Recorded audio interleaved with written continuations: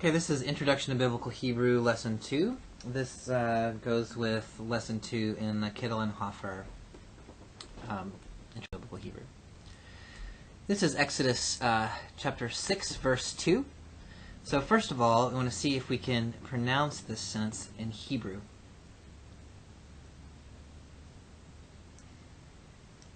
So the way the sentence would be pronounced, Vayadaber Elohim el Moshe, Vayomer elav, Ani Adonai. So let's try that first phrase. Vayadaber Elohim. Vayadaber Elohim el Moshe. El Moshe. Vayomer elav. Vayomer elav. Ani Adonai. Ani Adonai. Now if you say it all together, Vayadaber Elohim el Moshe, Vayomer elav, Ani Adonai. Vayadaber Elohim el Moshe, Vayomer elav, Ani Adonai. Alright, now the first thing we can do any time we see a Hebrew sentence is find the words that we know. That makes an overwhelming series of words seem a lot more simple. So, you should recognize several words in this sentence before we even do any work. First word is Elohim, which means God. Next word, El, one of your vocabulary words, preposition meaning to. Moshe, proper name Moses. Vayomer, which you've seen in the last lesson, and he said. Then we have another El here. We'll talk about this one more in a minute. This is also the preposition to. And then you recognize the Tetragrammaton, the divine name of God, the Lord, or Adonai. So before we even get started, we already know God to Moses, and he said to something, the Lord. So you kind of have a sense already of what's going on. God's going to do something to Moses, and he's going to say something about the Lord. All right. Well, let's get a little more precise. The first phrase, Vayadaber Elohim el Moshe. We already know three words in this phrase, God to Moses. So the thing we're missing here is the verb. So let's look at the verb, Vayadaber. Alright, when we look at this word, we should see, first of all, that there is a dagesh in this yod. Is it dagesh forte or dagesh lene? Well, of course, yod is not a begad kfat letter, and so this has to be dagesh forte. We also see a dagesh in the beit. This is a little more complicated because this is a begad kfat letter. However, it is neither at the beginning of the word nor following a vocal shva, a silent shva, and so this is also dagesh forte. So if we were to count consonants, the dagesh forte indicates doubling, as you know. So if we were to count consonants in this word, what we really have here is vav, yod, yod, dalet, bet, bet, resh. 7. Now, you should recognize the way this word begins. Vav, patach, doubling in a yod. So we should recognize what this tells us, which is that the word is a verb. The word is a vav conversive, that is a past tense verb. And the yod tells us that the subject is third masculine singular, he. So, not knowing what this word means, we still know that it means, and he did something or other. And the question is, well, what is the something or other that he did? So in order to figure out what the something or other is, we find the root of what's remaining. So with the vav conversive, we've taken care of our vav and our doubled yod. Now we have left dalet, doubled bet, and resh.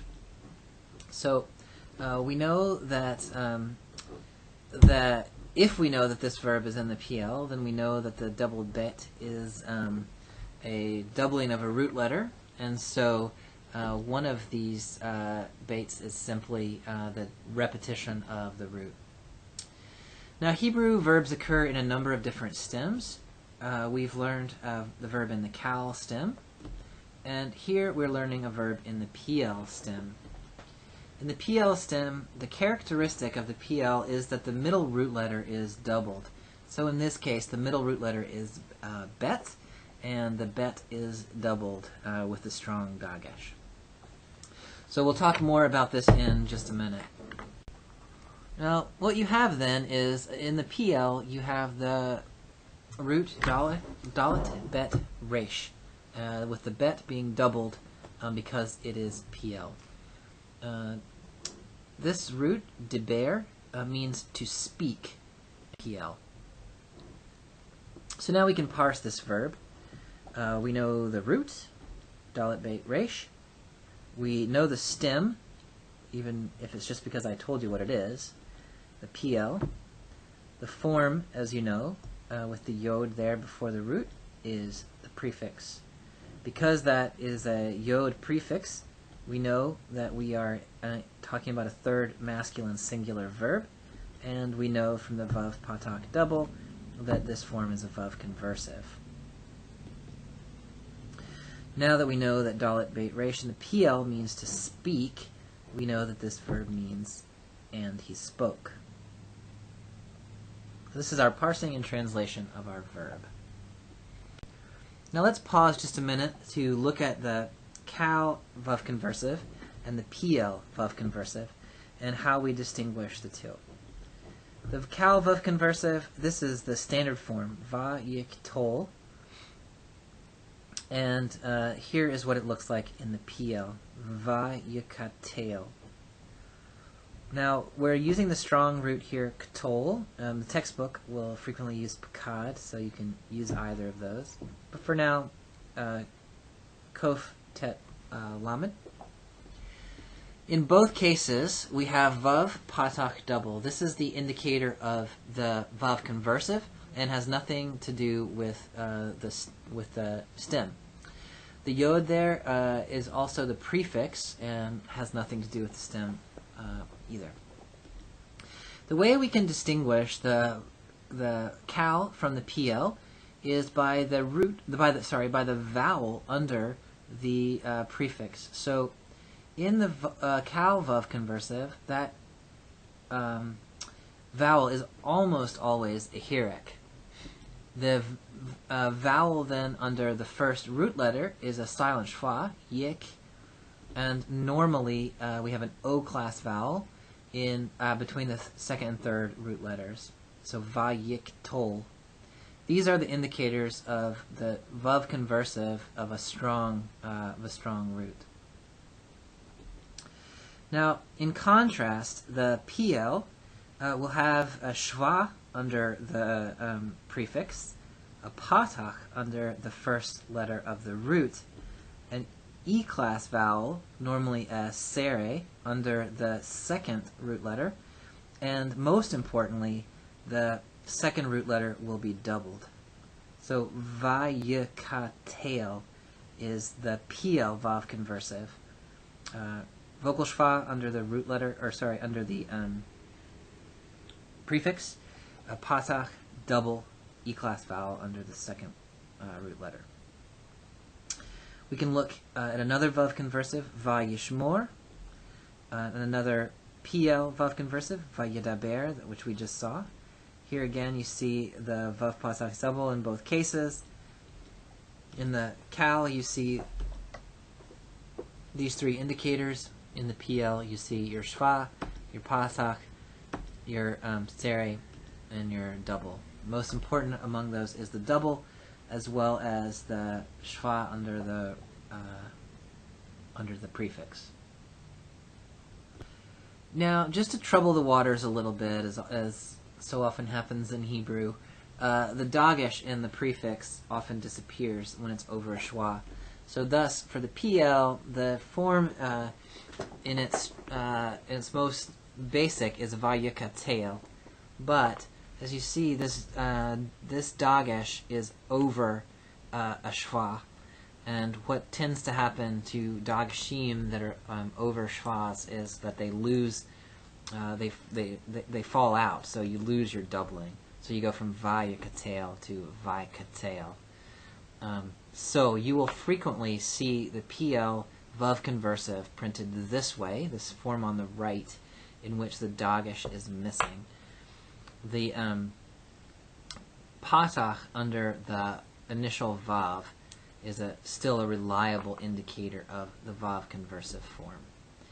Here you see your other indicators, the shva, the pasach, the double, and the tzere remain in place. So vayidaber most frequently will be presented as vaidaber. Here you see the indicators. Alright, so now we can return to our entire phrase. Vaidaber Elohim el Moshe. Now, if we remember that the subject of the verb typically follows immediately after the verb, provided that it agrees in person, gender, and number. So in this case, Elohim, the proper name of God, or a proper name of God anyway, is the subject of the verb vaidaber. And so, and God spoke. The phrase El Moshe is simply to Moses. So here we have makef connecting El to Moshe. Simply means that you read these as though they're one word. So El Moshe is read together, and that you pronounce the two words together as well as though they're one word. El Moshe. Sometimes the makef will change the vowel from a long vowel to a short vowel. Here we had a short vowel already. So this phrase would be translated, and God spoke to Moses. Alright, so and God spoke to Moses. Now we can bring back the other half of our phrase, Vayomer Elav, Ani Adonai, and we can focus on it. Now, what is the word Elav? It's kind of a crazy looking word, but you already know part of it at least. This is the preposition El, which is one of your vocabulary words, and as you remember, it means to. When a vav, either a consonantal vav or a holem vav, is attached to a noun or a preposition, it represents the third masculine singular suffix. So him, his, it, or its. So in the most simple case, elav means to him or to it. Now, in the simple case, the vav indicates the third masculine singular suffix, as I said. So if you had the bet preposition plus vav, we would write this as bo, and that means with him or with it, or in him or in it. You do the same thing with the lamed preposition plus vav, becomes lo, meaning to him or to it, for him or for it, of him or of it. Sometimes prepositions add a yod before the before the suffix, which is the case in our current example. So el plus vav becomes elav, meaning to or toward him or it. Similarly, al plus vav becomes alav, meaning on or upon him or it. Prepositions will do one or the other. Typically, the single letter prepositions form like bo and lo, and the dual letter prepositions form like elav or alav. We'll talk more about these as we go. So vayomer, you've seen this word before. So let's parse the root. Amar, stem, kal, form, prefix, third masculine singular, vav conversive. So we would translate vayomer, and he said. So now we know the first half of the phrase, vayomer elav, and he said to him. That leaves us with the second half of the phrase, Ani Adonai. Now, Ani is a vocabulary word. It's the first person singular pronoun, meaning I. We also sometimes see this word as Anochi, Anochi tends to be the form in poetic texts and in older texts. Ani is the more standard form in narrative, although you will see both. So Ani means I. We already know Adonai, meaning the Lord. What we have here then, Ani Adonai, is a noun sentence. That is, it's simply two nouns juxtaposed to one another, and our job is to supply a being verb. So Ani Adonai means I am the Lord. So Vayomer Elav, Ani Adonai, and he said to him, I am the Lord.